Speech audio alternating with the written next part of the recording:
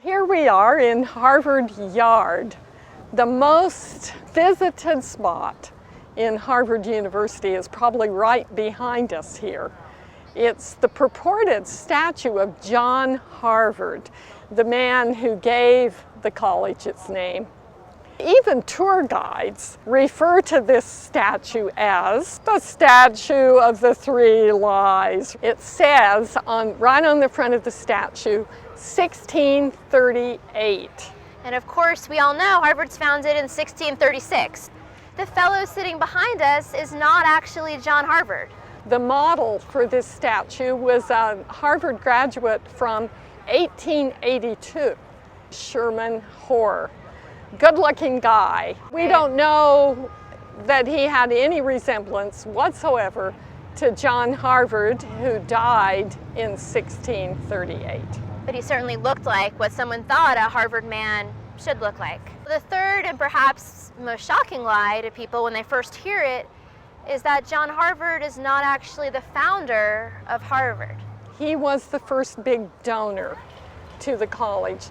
Harvard College was really mostly an idea in 1636, although it was founded then. John Harvard gave this new college, showing his faith in it, his books. So why is it so meaningful that people keep touching John Harvard's toe? Why does it mean so much to visitors who come here? I don't know, but what I do know is if John Harvard were to come back and walk around the yard, he would be horrified. Stroking the toe of a statue to this early Puritan minister would seem like superstition. There was a big argument at the Massachusetts Historical Society just before this statue was created. There's no indication, there's no physical description of this man. How can we make a statue of somebody when we don't even know what he looks like? How did the sculptor know how to represent him? He's trying to do what an historian would do, right? He's trying to figure out what would be the appropriate sources, what would be the right way to try to figure out what this man might have looked like with no surviving sources of him, with no real idea. He's going to the people of his times to try to figure that out. If you look closely, what do you see? You see a so-called falling band, or a collar that turns down. You see a fun little tassel, like a little string tie, and you see a row of buttons down the front of a fairly firm-fitting doublet or jacket. And if we were to look at a portrait done a few years later in Plymouth Colony in Massachusetts, I think we'd have a pretty good idea that the man who created this statue did his research by looking at portraits of people who were almost contemporaries of John Harvard. But someone else said, nah, it's too iffy. There's just enough evidence. So he had an alternative. He said it should be an allegorical statue. It should be a statue of Clio. Muse of history. How would you represent her? With a book. And in a way, Daniel Chester French suggests that, and that we have that open book. Yes. Right in front of John Harvard. And tucked underneath that unusual chair, we have two more books. So looking at the statue, we have three books, similar to the three books that we have on the Harvard shield. The three open books. I kind of wonder if Daniel Chester French thought about that. I mean, it's literally true that books are the reason we remember John Harvard. He gave his books to the college. So he's documenting an historical fact, but more than that, perhaps. He's going beyond that and talking about the importance of history. Some of John Harvard's money built the first Harvard Hall, and that building burned in the 1760s and consumed the library, including most of the books that John Harvard had contributed to the college. But if a book was overdue and checked out to a reader, it survived. The John Harvard statue is a fictional representation of a 17th century person. but it's also a kind of allegory of the importance of books in Harvard's history.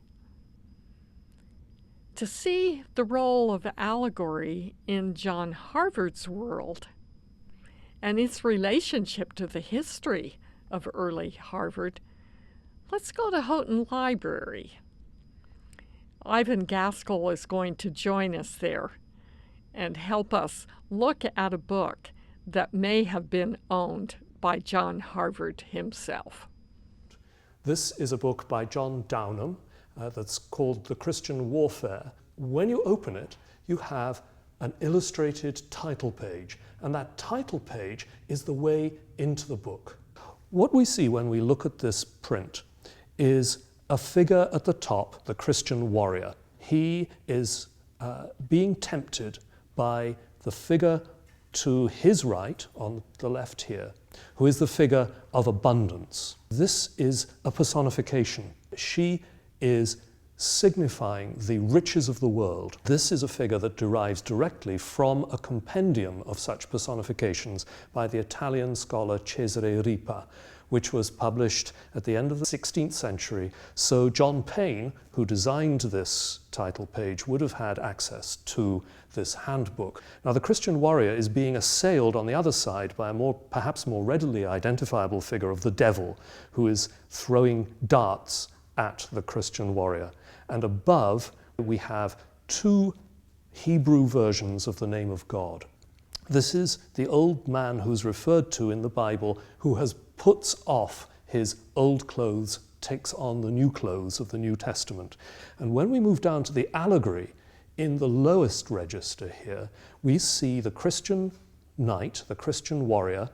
He has the old man and the devil in chains and is leading them, and he has vanquished and is trampling on the personification of abundance. He is walking towards the outstretched hand of God, offering him a crown.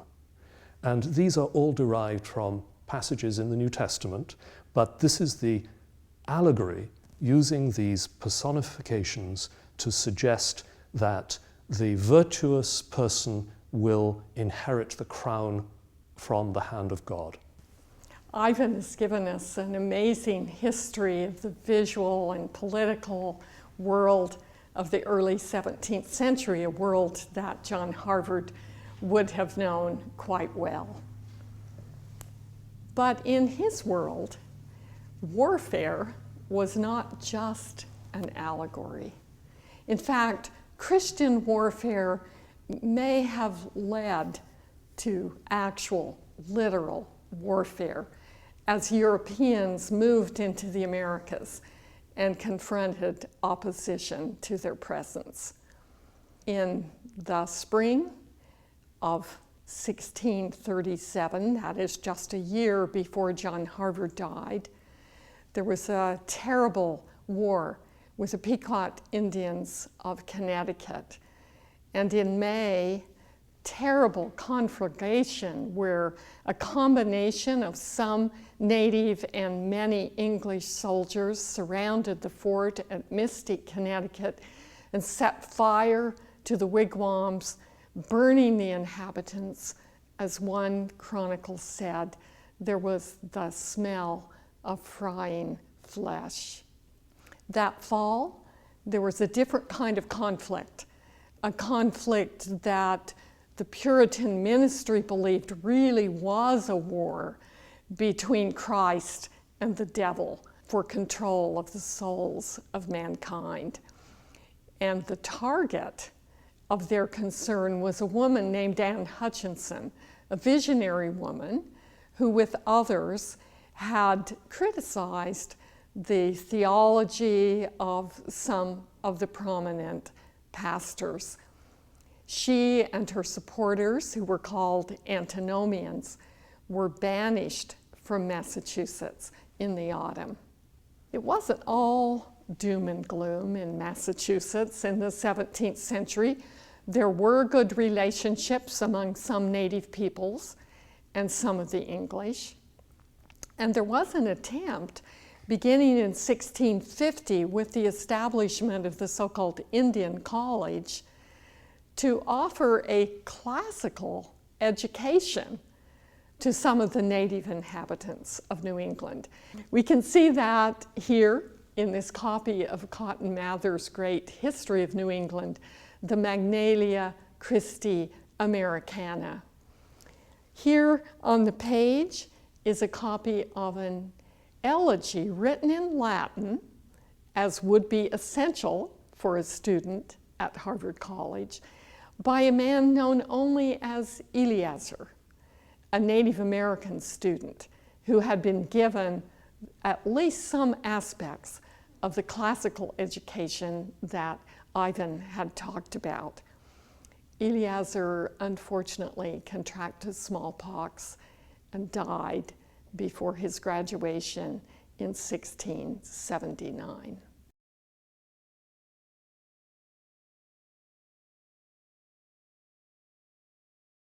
My longtime collaborator and friend, who is a specialist in 17th century cultural history of Europe and North America, and a former curator at the Harvard Art Museums.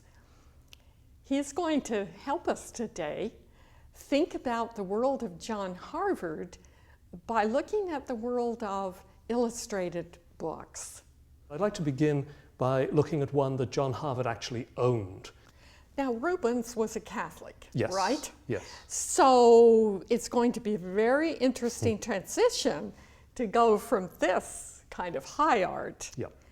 to Puritan England Yes. and John Downham. One of the sets of values that they shared was this great respect for classical antiquity. So that leads us into the book.